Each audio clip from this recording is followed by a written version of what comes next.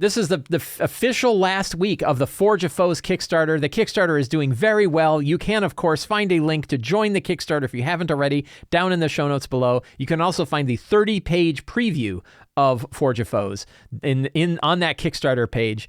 We're really happy with how things have been going. We've been getting a lot of press. Actually, right before the show, I found out that Matt Colville backed it and also tweeted about himself backing it. So that was very cool. We've had a lot of really good attention, and it's been a very exciting week. And so we're really eager to work on this book and get it in your hands. Scott and Teos and I are working really hard on it. We get together every week and talk about things. It's really been both very fun to do and very hard. And I thought I would show off a couple more of the chapters that we're working on. Some of the kind of fun stuff that isn't in the preview that you might want to see.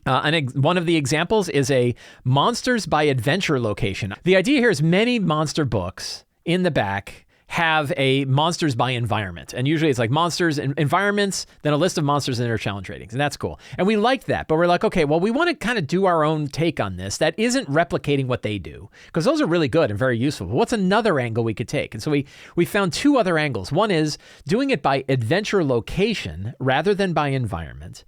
And instead of just having a list of monsters, actually talking about a tiny little encounter, almost like a random encounter table sort of thing, that are based on each of the tiers of play. And we treat level 1 as its own tier of play. So we have like Ancient Ruins. We have a thug leading bandits to rob a caravan. The underlined one is the boss. So you have a boss and minions. And so that way you're getting like a multivariate view of this. You have by location, by adventure location, by tier, and boss and minion connections, and tiny little encounters built in. Ancient Ruins, a pair of bugbears using goblins as bait to seek adventurous prey. And you can tell we built it out more than just a list of monsters. It's actually a tiny little encounter. It talks about motivation. It talks about the connection. If you look at the city sewers, level 1, a zombie feasting upon a swarm of rats.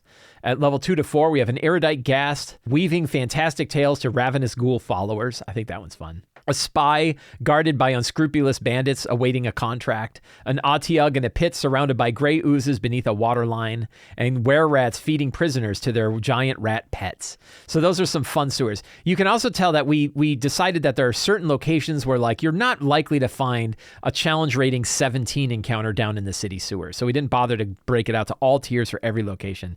Some of them start at higher levels. For example, the volcano lair. You're not going to go to the volcano lair at level 3. You're probably going to go there at least at level 5.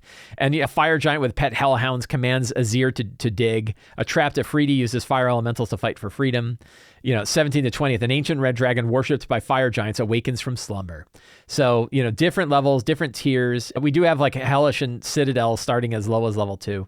But the whole idea is having these little encounters. There's not as many of them, right? You're not getting piles and piles of every single monster, but you're getting like a handful of encounters per level, per environment. And those environments, again, are not the same environments that you would find in any of your other monster books. We have Ancient Ruins, City Sewers, Crypts, Catacombs, and Necropolis, seedy city streets. Wizard's Tower, Volcano Lair, Abyssal Keep, Hellish Citadel, Frozen Fortress, Deep Cavern, Sunken Grotto, and Dark Forest and Fetid Swamps. So those, really fun, like again, really usable, just a couple of pages in the book that give you good ideas for building encounters and gives you the seed of the encounter to go. Really excited about that. Another one goes right back to some of the work that I did on Lazy DM Tips, my first book that I wrote. And this one, I was less in the lazy view. I was more about building really big, rich encounters, because 4th edition of D&D, almost every encounter was like a really big, rich encounter. And I said, instead of just kind of building it more the lazy style, which is like try to get your, really cut down to the bare things that you need in order to run a fun encounter, let's go back to that list and let's look at all the things you might be able to do in an encounter. What are all the different variables that you could take?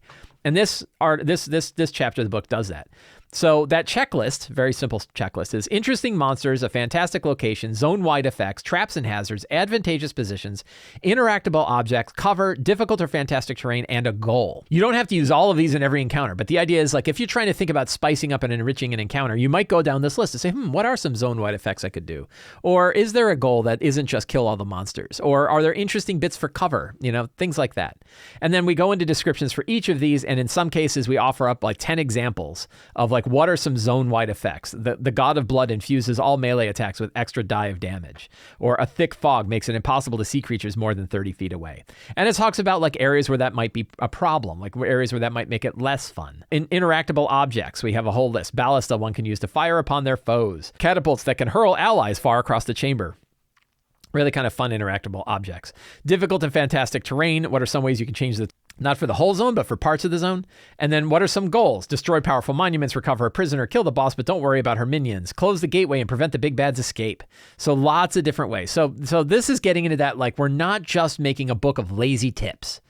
We have books of lazy tips. We have 3 really great books of lazy tips. This is also expanding the whole topic of monsters and thinking about different ways to do them that we might not often think about when we do want to go beyond just the bare minimum we need to run our game and really want to make things bigger and rich. This is a good example where we do that.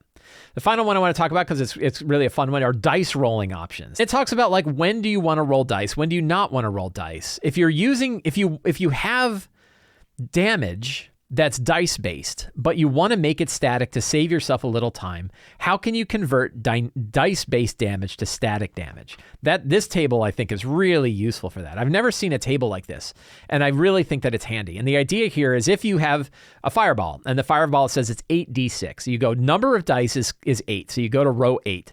And it's d6s, so you go to the d6 column, and it says 28. 28 is the average of 8d6. If you have 10d8, you go to the 10 and you go to the D8s and you see that it is 45. Cone of Cold, I think, is 8D8, I think, right, for Cone of Cold? So you go to 8, and it says 36. And the neat thing is, even though it only goes to 12, you can actually just keep adding. So if you have 20, and let's say you have 20D10, 24D10, we'll do like a big dragon fire breath. It's 24D10. And for some reason, it doesn't have the average. It probably would, but let's do 24D10. You go to the 12D10, 66, and you say, okay, well, it's 66 times 2, right? Which is that 100? No, 64 would be 128. So 66 is 132. 132 points of damage, right? So right with this one table, you can figure out many, many big piles of dice rolls. And it talks a lot about, like, well, what do you do when you handle critical hits? We actually, the core book handles that too. This is a really trick that I like, which is instead of saying it's either one or the other, that you can either use static damage or you use all the dice, that instead you can use static damage, subtract 3, and add a d6. And the nice thing there is it takes something like, let's say a creature does 14 points of damage. Instead of having to roll all the dice equations to do 14 points, up to 14, or just using the average every time, you could say it's 11 plus 1d6, or 1d6 plus 11. You roll the d6, you add 11, and that's the number you get. And that adds a little bit of variance onto it, not a tremendous amount of variance, and it's really easy and fast to do. It's really easy and fast to add, to do the math in your head. So if you want to add a little bit of variance to static damage, that offers. How do you handle critical hits?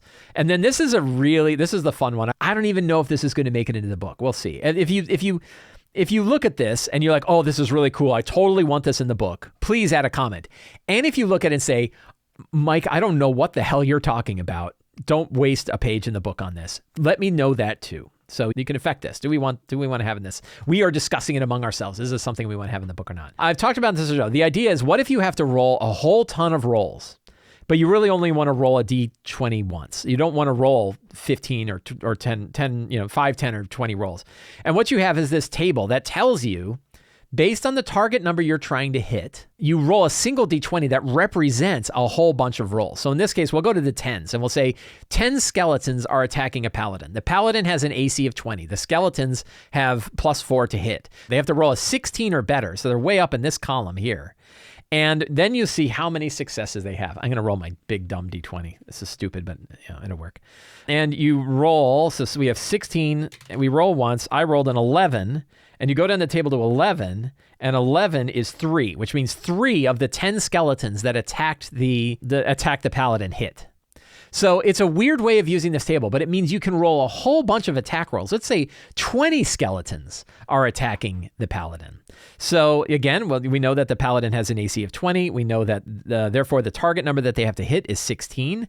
And let's say 40 skeletons are attacking the paladin, right? We're going to roll twice. Roll once, and we rolled was that a 1? That's a 1. So only 2 of the first group of skeletons hit. And then we roll again, and we rolled a 15. And a 15 says 6. So 8 of the 40 skeletons that attacked the paladin actually hit. They do 5 damage apiece. That's 40 damage done to the paladin. So the paladin's fighting 40 skeletons, and he takes 40 points, right? Really quick, really easy way to handle whole big piles of rolls in it. So I think this table is really cool.